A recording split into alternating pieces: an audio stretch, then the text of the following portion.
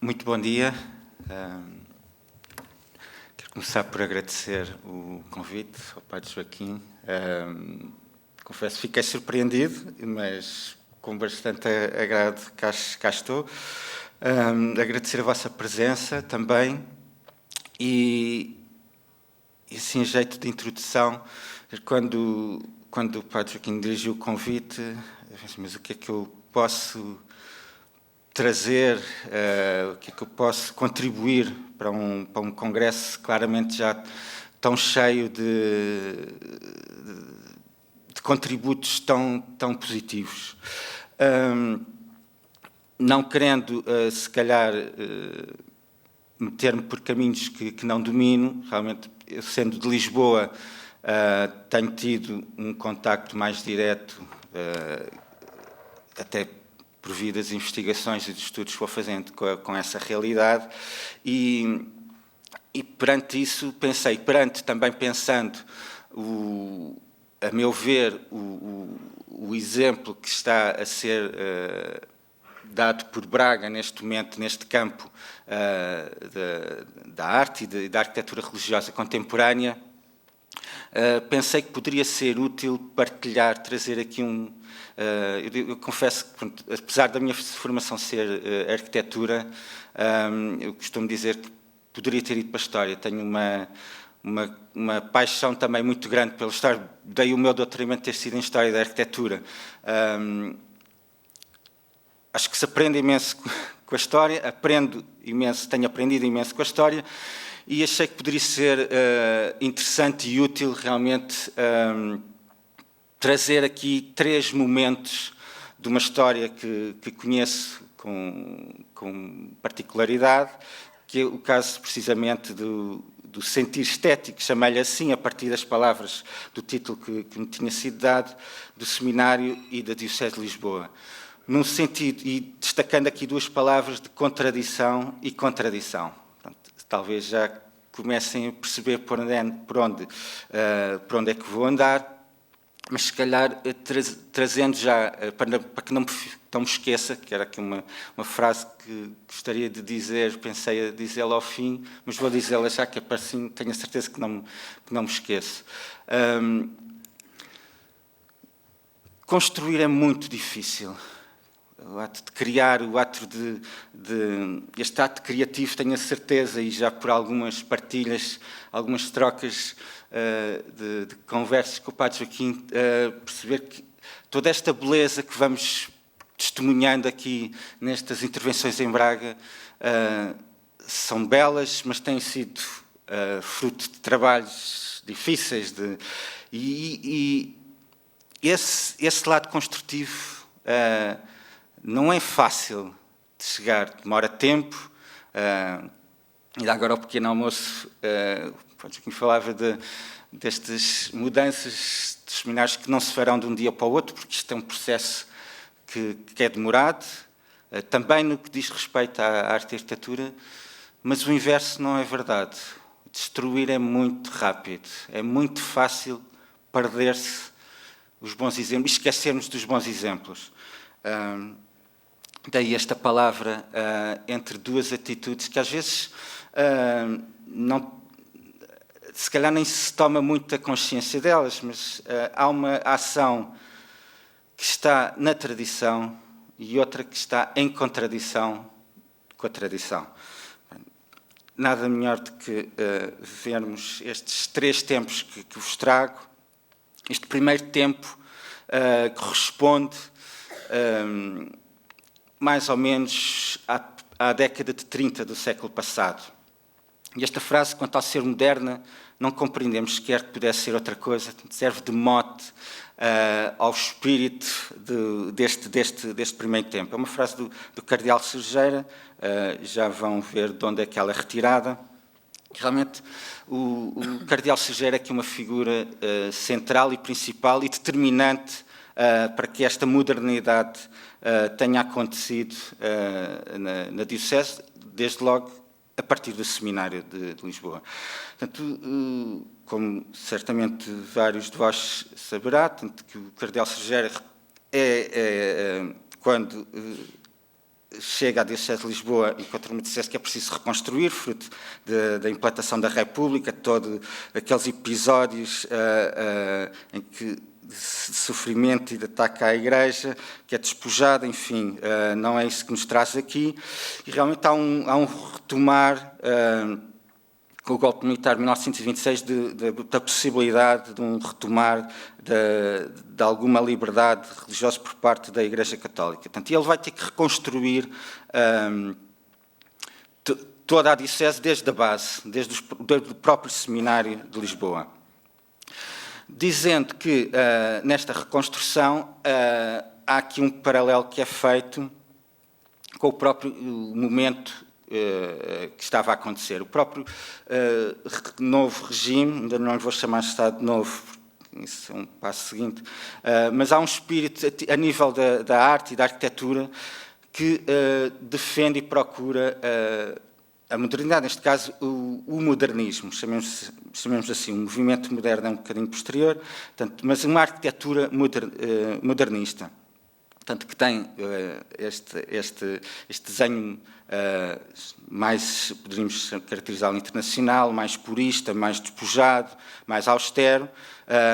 Portanto, dei aqui o exemplo do Liceu Nacional de Beja, o Instituto Superior Técnico do arquiteto Pardal Monteiro, muitos mais exemplos podia ter trazido. Portanto, isto é uma arquitetura promovida pelo Estado e que o arquiteto Pardal Monteiro, que era aqui uma figura com grande projeção e muito chamada a grandes obras nesta época, vai ser também chamado pelo Cardeal Cergeira para edificar o novo Seminário dos Olivais, não num estilo revivalista, historicista, com misturas de neogóticos, neorromânticos, que era o que estava em prática até 1910, aqui o exemplo do concurso para a Igreja da Imaculada Conceição em Lisboa, nunca chegou a ser edificada, mas conseguem perceber a que estilo e quão diferente é desta arquitetura modernista que está a ser depois promovida, ou esta nova Igreja dos Anjos, que de nova tem pouco, em 1910, e efetivamente a proposta dele em 1932 é de um seminário precisamente de acordo com este estilo modernista que estava em voga e com total apoio do Cardeal Cergeira. Uma coisa que poucas pessoas saberão, houve um concurso para o projeto do seminário e tanto, há outras propostas que têm precisamente este estilo mais historicista, revivalista, e é efetivamente esta proposta extremamente ousada, extremamente moderna, devo dizer. Foi uma pena a Igreja não ter sido construída depois já de acordo com o projeto original, teríamos uma das igrejas mais modernas daquela época, sem sombra de dúvidas, mas o que é facto, o seminário começa logo, imediatamente a ser construído, e 2 anos depois, em 1934, é inaugurada a ala sul, e aqui para perceberem que não houve qualquer hesitação nesta modernidade a ser usada, tanto aqui um comparativo entre o Seminário dos Olivais, o Instituto Nacional de Estatística, até a nível de interiores, escadas do Seminário dos Olivais, as escadas do Instituto Superior Técnico, portanto, não havia qualquer hesitação, tanto que o Cardeal Cergeira, aqui à porta numa das portas do seminário, escreve uma carta ao arquiteto Pardal Monteiro a agradecer o trabalho que ele desenvolveu no seminário, tanto que ele depois vai fazendo uma descrição do seminário, reputo de modelar, das características de perfeição da construção, tanto a sobriedade, a austeridade de linhas, tanto um encanto com aquela arquitetura. Em que diz que realmente até o próprio edifício é um programa educativo do padre, é um edifício de verdade, simplicidade, austeridade, distinção. Realmente esta é uma obra que vai ser elogiada não só dentro de portas, mas também internacionalmente. Ela é publicada na que seria, na altura, talvez a revista mais importante, a revista de arquitetura mais importante da Europa, a Architecture d'Aujourd'hui.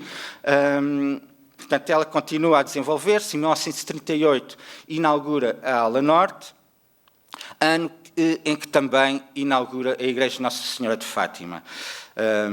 primeira igreja construída em Lisboa depois de muitas décadas, também da autoria do arquiteto Pardal Monteiro, e que segue precisamente os mesmos extremos de modernidade, uma igreja que usa as novas técnicas construtivas do betão armado, aqui uma igreja muito com grandes referências de um arquiteto e de uma igreja que Pardal Monteiro conhecia muito bem, a igreja de Nossa Senhora de Rancy, do arquiteto Perret, em Paris, arquitetura deste betão armado, com os grandes vitrais, portanto, percebemos, encontramos aqui todas estas afinidades, mas também não só na arquitetura, mas também no campo da arte, portanto,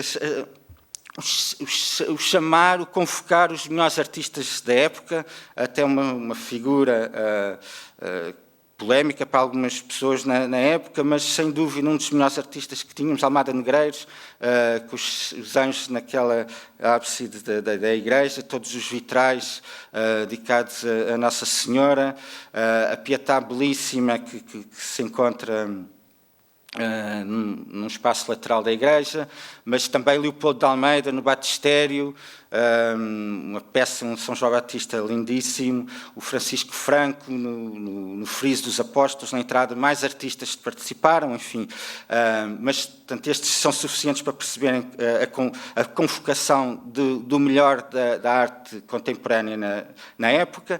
Também esta igreja é publicada na mesma revista, em 1939, merecidamente recebe o prémio Valmor atribuído pela Câmara Municipal de Lisboa, e neste contexto o arquiteto Pardal Monteiro escreve também um texto explicativo desta obra, do qual destaca, portanto, esta preocupação em que fosse uma obra de criação de acordo com a expressão própria daquela época. Portanto, a igreja tinha uma expressão acentuadamente moderna, porque tinha precisamente que ser assim.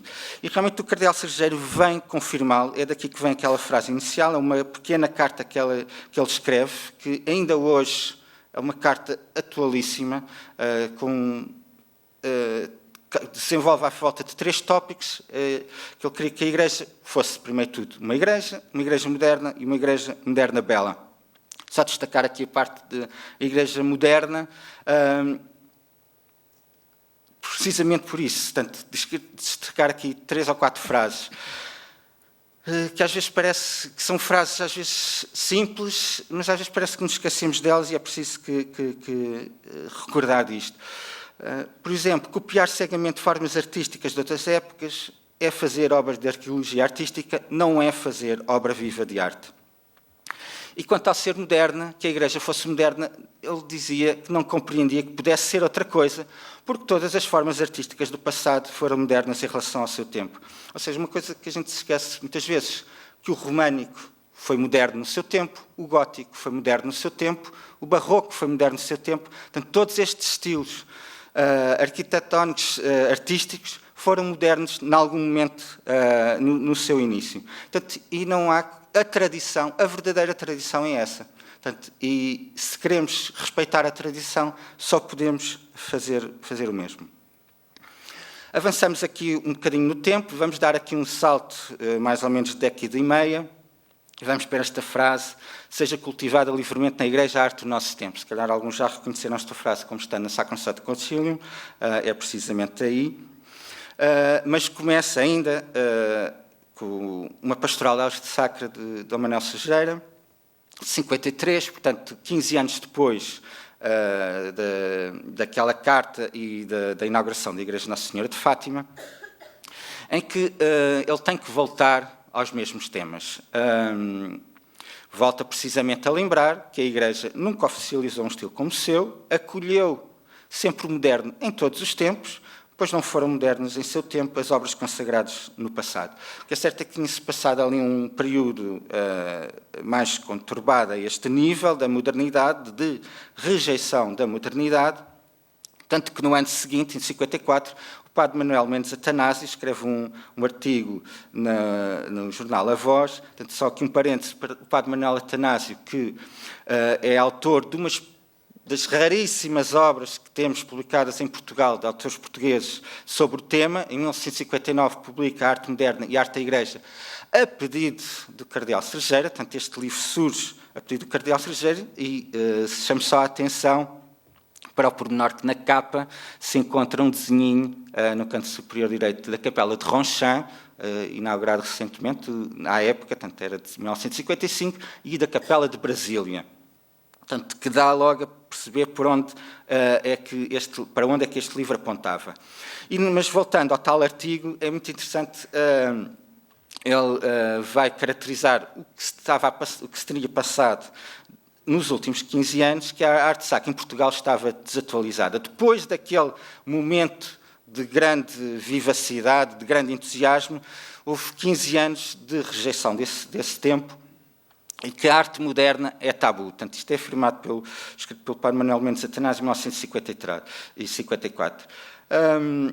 E depois, portanto, o santeirismo campeia com rótulos de nobreza, ninguém lhe corta o passo, morrem de fome os verdadeiros artistas, quase desconhecidos, e depois acaba, é interessante, começaram todavia já os alvores de reação, e saudamos com entusiasmo aqueles decididos organizadores da primeira exposição de arte sacra contemporânea em São Nicolau. Porque é que trago aqui este? Porque é, de certa forma, a introdução de alguma coisa que vai acontecer, mais uma vez, com o total apoio do Cardeal Cerejeira, foi determinante para que este momento pudesse ter tido a vivacidade e o alcance e de se ter desenrolado da forma como se enrolou o movimento de renovação da arte religiosa, que se forma precisamente com esta exposição de 1953, um movimento que surge e que se propõe, portanto, isto é tirado dos estatutos, fazer atividades internas de estudo, reuniões de caráter espiritual, promover exposições, cursos, conferências,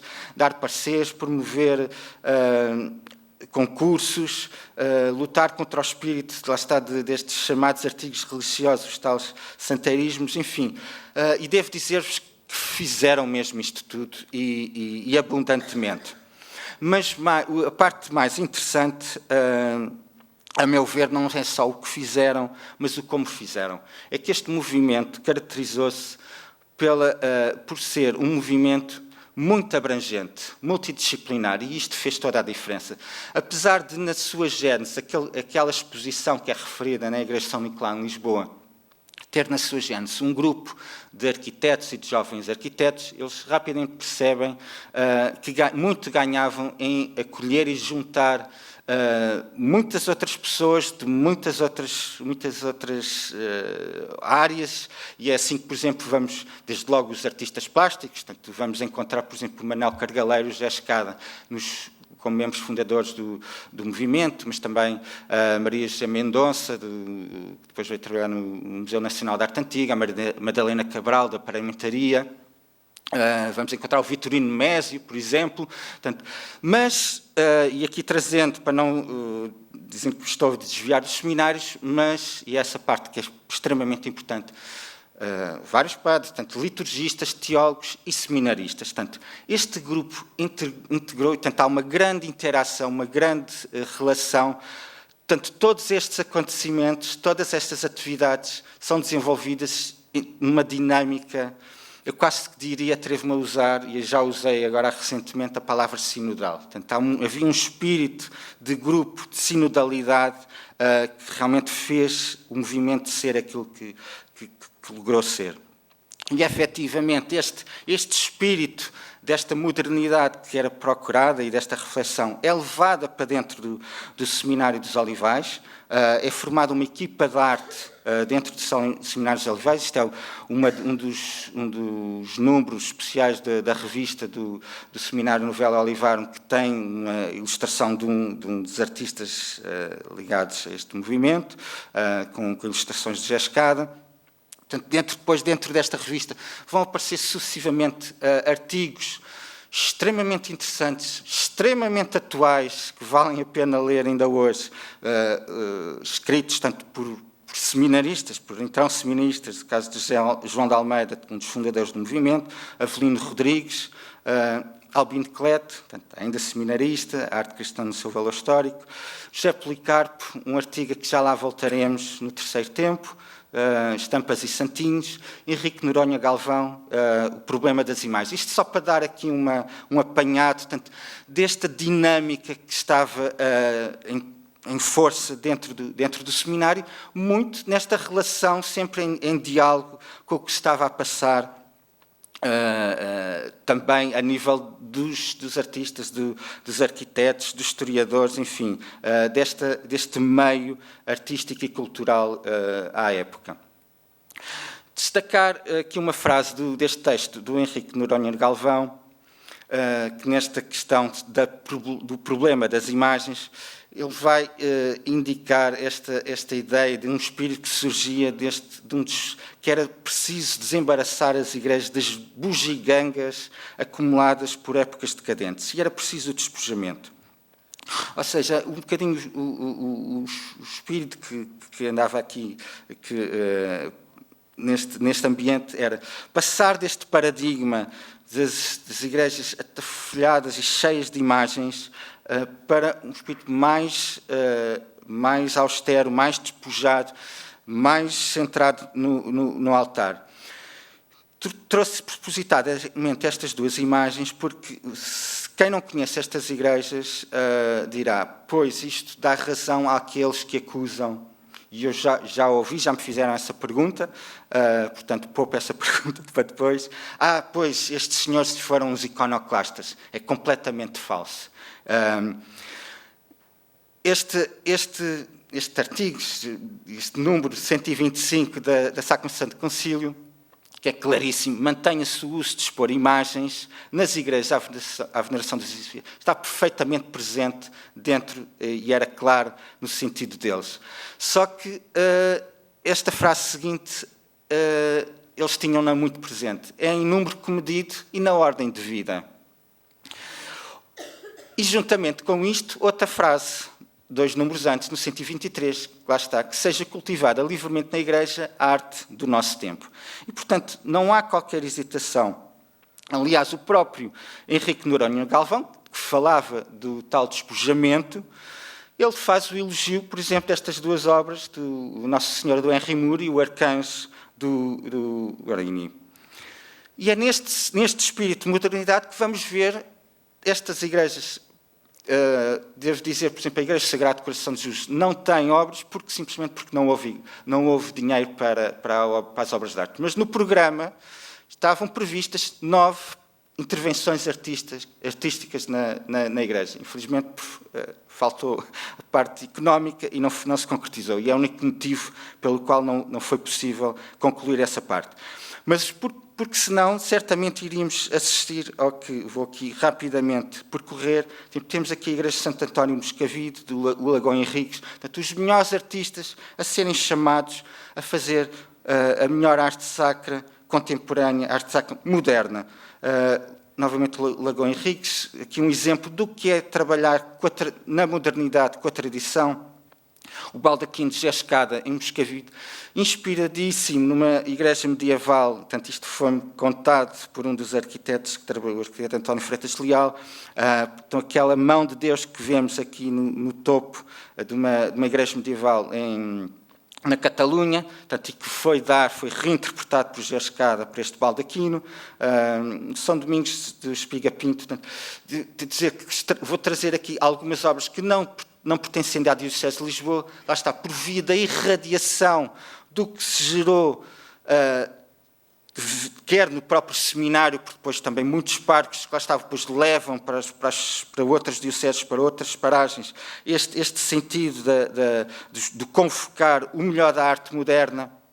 Portanto, temos aqui um exemplo, uma obra muito desconhecida, infelizmente, do Júlio Rezende, um Pentecostes, na Igreja do Senhor dos Canaviais, em Évora, uma obra também que já vai sendo conhecida do pintor suíço Ferdinand Guer, a única obra que ele pintou fora da Suíça, precisamente por via deste movimento que o convoca a vir a Portugal para desenhar. Aqui uma obra, a Almada, que na altura, portanto, ainda pertencia à Diocese de Lisboa, com intervenções, tanto também a diversidade de técnicas, tanto a abertura às variadíssimas técnicas que eram disponíveis e possíveis à época, o trabalho do botão, aqui em Fátima o arquiteto Luís Cunha, como Nossa Senhora do Rosário, os vitrais, uma técnica antiquíssima trazida aos desenhos da modernidade, aqui António Lina, em Bobadela, em Loures, Manuel Ramos Chaves, a desenhar uns vitrais extraordinários na Igreja Seminário da Luz, aqui a sequência com o cântico de São Francisco de Assis, conseguimos ver ali o Irmão Sol, percebe-se perfeitamente ali também o Irmão Fogo, por exemplo, a Irmã Água, o José Escada, aqui também já várias vezes mencionado, com o primeiro vitral abstrato a ser colocado numa igreja em Portugal, que foi na Igreja de Moscavide, o azulejo, uma técnica tradicionalíssima, a ser trazida pelo Manuel Cargaleiro para a fachada de Moscavide, mas depois também muito utilizada por outros, Jorge Viana, em Albarraque, Sintra, aqui com um painel alusivo à Eucaristia, tanto a enquadrar o sacrário, também os sacrários com um desenho, procurar um desenho de modernidade, aqui este de Luís Cunha em Fátima, que se abre e revela esta última ceia extraordinária, lindíssima a meu ver. Também na escultura, aqui um São Domingos de José Grade, uma Nossa Senhora do Rosário de Maria Luísa Marinho Leite, com umas mãos, uma Nossa Senhora em oração, portanto lá está dentro daquele tal espírito de despojamento que falava o Henrique Noronha Galvão, também em oração barata feio, na capela de Nossa Senhora de Fátima de Picote, ou regressando a Lisboa, neste caso Albarraque Sintra, que uma Nossa Senhora em diálogo, tanto um frente a frente com São José de Maria do Carmo de Oreiro, também autora de uma senhora com menino ao colo, muito influenciada por aquela imagem do R. Moore que o Henrique Noronha Galvão trazia. E chegamos ao final deste segundo momento, com esta frase, portanto, perante isto tudo que aconteceu, esta frase é do João de Almeida, de 1967, um texto que ele escreve, tanto que perante tudo isto ganhamos esta batalha, vou destacar aqui a parte que nos interessa, da aceitação da arte moderna. É algo que hoje ninguém discute. Portanto, esta aceitação desta modernidade, quer a nível da arquitetura, quer a nível da arte, aqui destacando o aspecto da arte, portanto, era um ponto que ninguém discute. Portanto, poderia-se pensar, chegou-se à meta, chegamos à meta. Não é bem assim, infelizmente. E vamos passar para um terceiro tempo, que começa pouco tempo depois e vem até aos nossos dias.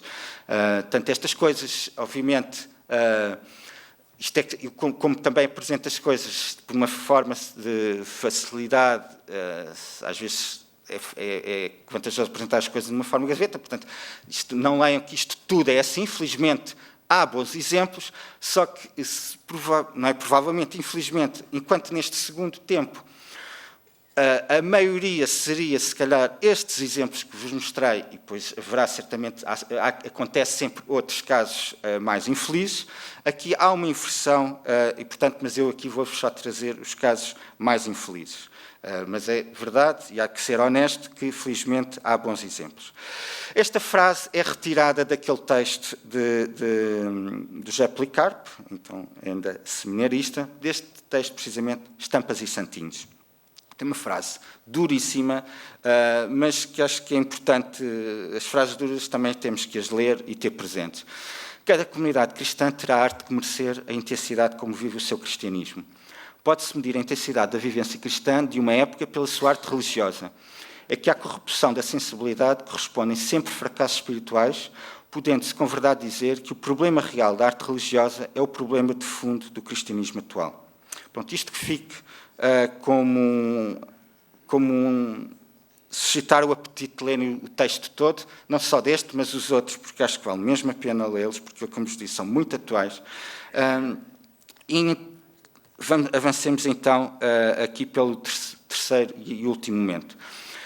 Repegando precisamente na última imagem que vos trouxe, desta Nossa Senhora de Maria Carmo de Oreiro, que, olhando com atenção, quase que parece sentirmos nela alguma tristeza, e teria razão ela para estar triste, porque ela, efetivamente, tanto ela foi colocada inicialmente nesta igreja que pertencia ao seminário dominicano, portanto, integrada na Assembleia, e quando a igreja foi passada para a diocese, a imagem foi retirada e no seu lugar foram colocadas estas imagens.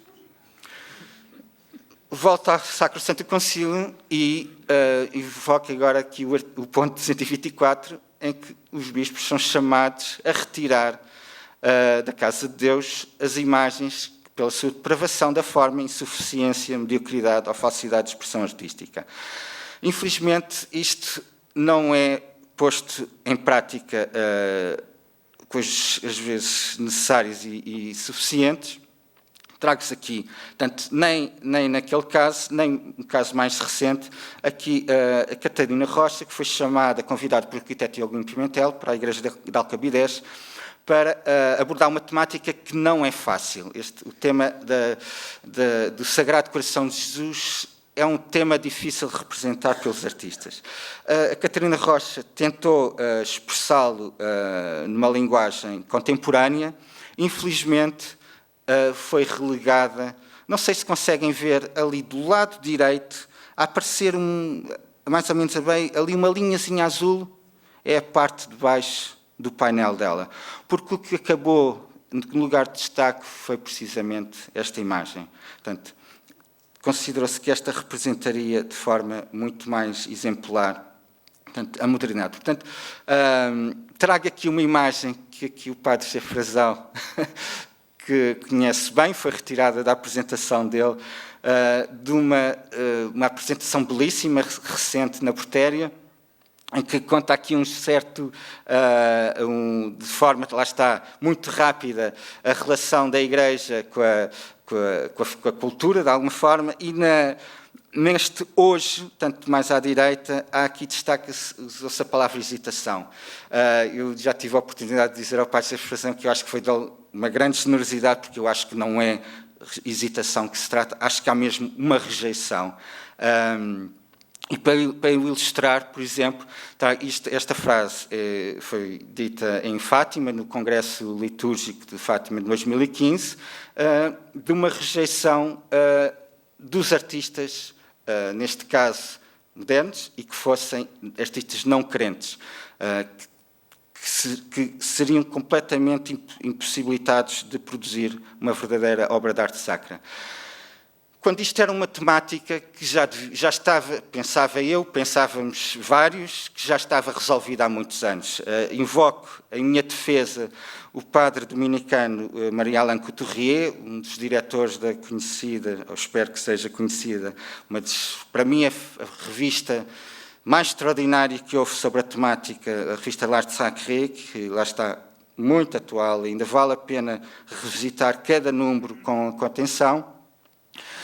Mas que também, portanto, estamos aqui neste período, lá está, voltamos aqui, ele faleceu em 54, portanto, recordam 54, é o ano em que o padre Manuel Mendes de Atanásio escreveu aquele artigo, portanto, e perante aquela rejeição prévia, lá está, da arte moderna, ele escreve esta frase muito ousada, que lhe deu muitas dores de cabeça, muita gente dentro da Igreja que não gostou desta frase, que era melhor dirigir-se a homens de gênio sem fé do que a crentes sem talento, porque toda a arte verdadeira é sagrada. Isto dava um congresso, eu admito, só isto dava um congresso de 10 dias, e mesmo assim não seria suficiente.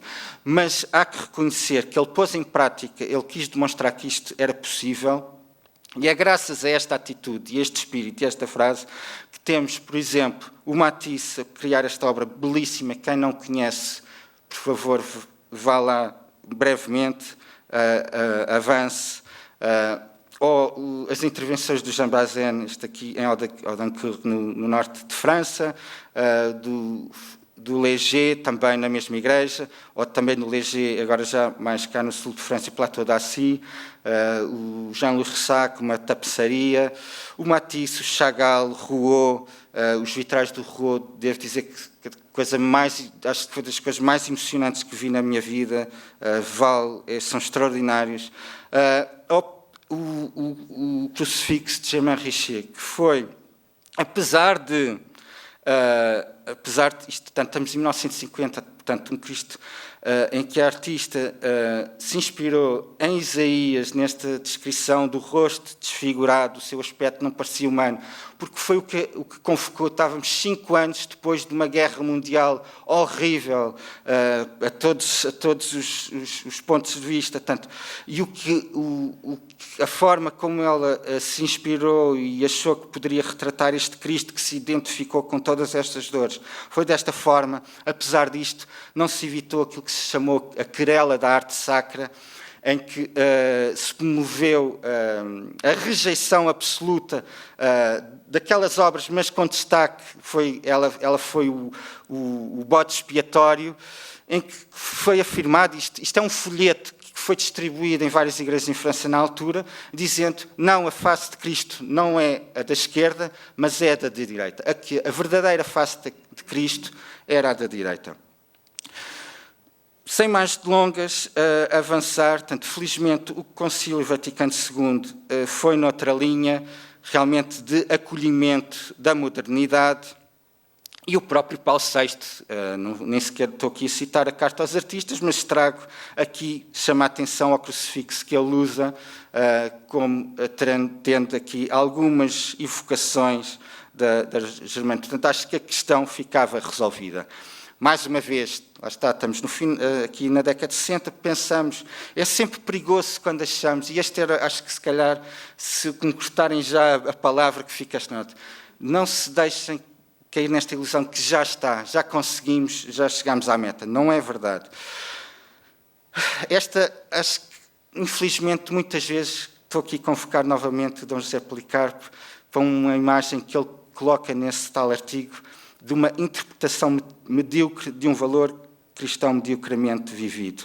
É que, infelizmente, parece que sentimos mais seguros neste tipo de imagens. Volto a Lisboa, Póvoa de Santiria. Aqui destaco esta ábside da Igreja Nossa Senhora de Fátima. Poderia ter sido assim. Isto era a proposta do Manuel Lapa, que infelizmente não foi aceite e não foi concretizada. Esta foi concretizada, lá está um exemplo de um artista não crente, o Eduardo Neri, mas um artista que se revia, aliás, ele esteve muito ligado ao movimento da arte religiosa, portanto, ele tinha um desejo de diálogo tremendo, mas dizia-se não um homem sem fé, mas que nunca se rejeitou colaborar com a Igreja. E é chamado a intervir em Queijas, na Igreja de São Miguel, uma igreja neste espírito ainda de modernidade e que trabalhava muito a questão da luz e não tenho uma fotografia infelizmente, mas era lindíssimo a luz quando passa este vitral e pintava este betão, infelizmente, e tudo isso era austero demais ou despojado demais, e foi pedido no ano 2000 ao artista Vítor Lages para preencher cada centímetro quadrado num hiperrealismo. Aqui outro ponto da igreja, depois pontuado, combinado com outras culturas, enfim, nada ficou livre desta intervenção. Outro sentido para mim, eu interpreto isto como uma rejeição desta modernidade. Uma igreja, apesar disto não já ser feita, a igreja, apesar de construída ainda no tempo de pertencia à Diocese de Lisboa, agora a alteração já é dentro da Diocese de Setúbal, portanto, uma intervenção muito recente, em 2019, portanto, aqui quase dá para ver um antes e o depois. Temos, desde logo, ali um grande painel que vem arquitetão. Devo dizer que isto provocou cartas do Presidente das Ordens dos Arquitetos, cartas públicas de arquitetos em defesa da Igreja, nada valeu. Portanto, claramente isto vem alterar a lógica da própria igreja, mas não é só o painel de João Sousa Araújo, mas também no próprio mobiliário, tanto litúrgico, que estava em perfeitas condições. Neste caso, estas peças foram desenhadas por arquiteto Nuno Portas, dentro da linguagem que era da linguagem arquitetónica da igreja. Portanto, todas estas peças foram rejeitadas recentemente para uma outra forma de abordar o tema. Aqui, tanto Ambão, a cadeira da presidência e até o sacrário foi substituído. Curiosamente, isto num espírito, foi tudo anunciado num espírito de celebração dos 50 anos da Igreja. Portanto, tudo isto em celebração. Portanto, cuidado com os dados adquiridos, porque até achando que se está a celebrar e a fazer coisas bonitas, se calhar andamos um bocadinho para trás. Estamos em contradição. Outro exemplo, muito recente, 2022, da Igreja da Achada, em Mafra, também neste sentido de dar maior dignidade litúrgica ao espaço celebrativo. Portanto, nos 50 anos, nas comemorações de 50 anos da Igreja, o que vou saltar um bocadinho de tempo, porque se calhar já estou quase, ou já ultrapassei o meu tempo, não sei, mas também já estou perto do fim, só para chamar a atenção. Que esta, então, para mim, é paradigmático, e os 3 casos com que termino são paradigmáticos do que é contradição, a própria Diocese a contradizer aquilo que defendeu. Trata-se de projetos desenvolvidos dentro da Diocese, num gabinete que era o Secretariado das Novas Igrejas do Patriarcado, dentro daquilo que se chamou os projetos das capelas de salão, que deu origem a dezenas e dezenas de exemplos, portanto, foi elaborados projetos tipos desenvolvidos, não só, lá está, não só na Diocese de Lisboa, mas depois por outras vias, tanto que aparecem em várias outras dioceses de Portugal, mas que eram projetos que conciliavam um lado exclusivamente litúrgico com um lado multifuncional. Portanto, temos aqui a ver o lado litúrgico, depois o lado das cadeiras que poderia voltar a ser utilizado para conferências, espetáculos, enfim, intervenções da catequese. E que nas igrejas que ainda têm isto em prática, por exemplo, em Alvide, lembro de ir, tinham acabado de ter a festa da catequese extraordinária há 2 ou 3 dias atrás, portanto, por muito grandes dinâmicas da comunidade.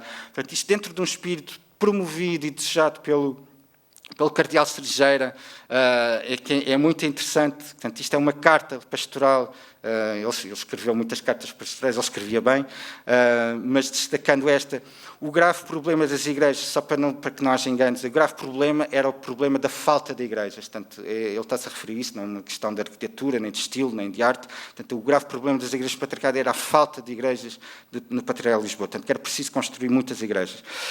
E ele, nessa nota que dá, que tipo de igrejas é que se deve construir, portanto, ele vai apelar a esta sobriedade e que é isso que a Igreja é chamada neste tempo. E é muito interessante que ele diz que mesmo que houvessem meios, tanto que a Igreja fosse riquíssima, mesmo que isso fosse verdade, não era isso que a Igreja era chamada, não era isso que a Igreja seria chamada a fazer. Portanto, e depois há uma corrente de purificação evangélica, lá está o tal sentido de despojamento e ele depois diz até a igreja simples, franciscana, clara, alegre, acolhedora, transparente, a questão da verdade é sempre muito importante. E depois até é interessante, lá está, como ele refere, o padre Regamé, portanto, braço direito de Couturier. Portanto, ele estava perfeitamente dentro do que se estava a passar nas outras paragens. Portanto, é neste espírito que vem surgir estes séries de projetos de igrejas, de grande sobriedade. Portanto, este é a Igreja da Achada, ainda a terminar as obras. Portanto, é neste espírito de grande simplicidade que ela é construída. E nesta intervenção agora recente, portanto, isto já há uma total inversão do espaço litúrgico, portanto, aquela possibilidade de uma envolvência por 2 lados do altar desaparece, o espaço que era o palco passa a ser o espaço do santuário e há toda uma decoração, uma pintura e de estatuária que é convocada para dar maior dignidade ao espaço celebrativo. Portanto, isto em 2022 é o que se considera dar maior dignidade Isto depois de termos vivido aquilo que vimos, né? Portanto, dá que pensar, muito rapidamente, em Mafra, a Zenha dos Tanhoeiros, também outra Capela Salão, que lhe foi feito isto. Não vou comentar muito, acho que as imagens falam por si, mas, na minha opinião, acho que dificilmente algo bate o que se passou na igreja de São Pedro, em Pedro Pinheiro. Lá está, outra das Capelas Salão, que passou por 2 momentos. Teve um primeiro em que passou por uma introdução de uma azulejaria que, obviamente, não tem nada a ver nem com a modernidade, nem com a contemporaneidade, e vimos bem que a modernidade sabe fazer, sabe trabalhar o azulejo. Portanto, não era por falta... poderia-se ter posto azulejos de contemporâneos, mas invocou-se esta obra. Este artista, o Vitor Lage, é o mesmo de Queijas, portanto, foi chamado a fazer aqui mais, prolongar o seu trabalho, mas mais recentemente, em 2018, foi feita a mesma inversão, mas num absoluto revivalismo, não sei se pretensões renascentistas, não, enfim, há aqui um desejo historicista de algo que não existe. Portanto, e estou quase a terminar. E perante estas imagens, como não recordar as palavras atuais de Dom Manuel Cerejeira, em 1938. Copiar cegamente formas artísticas de outras épocas não é fazer obra viva de arte. Não é uma obra viva. E da Pastoral da Arte Sacra, quando diz, por outras palavras, o mesmo. Nasceria morta a arte que se limitasse a contrafazer este ou aquele estilo, a copiar qualquer forma, seja já usada e gasta, seja com nota de modernidade. Não é viva, é morta. Será isto o fim? Atenção, não é o fim da apresentação, mas está mesmo quase. Felizmente acreditamos na ressurreição e, portanto, não deixe de ter esperança que algo de novo se há de retomar. E termino agora dirigindo especificamente aqui a Braga, mas serve para todas as dioceses, todos os seminários, acho que serve para todos nós. Nas entrevistas que foi desenvolvendo para o doutoramento, portanto, ainda tive felizmente a oportunidade de falar com um grande número de membros do MERRAR, hoje em dia já não seria possível, mas lembro, era um aspecto que foi sobressaindo à medida que fui desenvolvendo os estudos, é que, apesar do movimento ter surgido em Lisboa, rapidamente se alargou a todo o país. Todo o país, não, exceto, isto parece o início das histórias do Asterix. Há uma aldeia irredutível que resiste aos invasores. A aldeia irredutível era Braga. Havia um deserto de iniciativas, não havia. E perguntei, e houve um dos intervenientes, aliás foi o Avelino Rodrigues, que me disse, não, era impossível, a gente não conseguia falar com as pessoas do seminário de Braga. E ele, depois eu escrevi esta frase, alguns, na tese, em Braga nada, era século XVIII. Portanto, isto está ele a referir-se àqueles anos de 1950. Portanto, era a forma como um seminarista de Lisboa, em 1950, via o seminário de Braga. Pronto, eu não, como já é fácil perceber, não era vivo, portanto, não posso confirmar, mas pronto, foi o que me contaram. E achei muito curioso, e trouxe esta frase para agora, para aqui, porque ainda recentemente me enviaram esta frase a propósito do que se passa hoje em Braga e como as coisas se mudam. Penso que tudo isto são aquelas alterações... Portanto, isto foi uma discussão que houve a propósito daquelas alterações em Almada, que viram. Portanto, é uma pessoa que defende aquelas mudanças em Almada. E dizia, toda esta discussão se torna mais relevante por causa do que recentemente se fez em Fátima e pouco antes nas Capelas de Braga, que aponta numa direção muito requintada, mas já muito longe do que me parece ser a expressão católica da fé. Portanto, eu não acho que seja verdade, não me revejo nada disto. Mas para dizer que isto anda aí.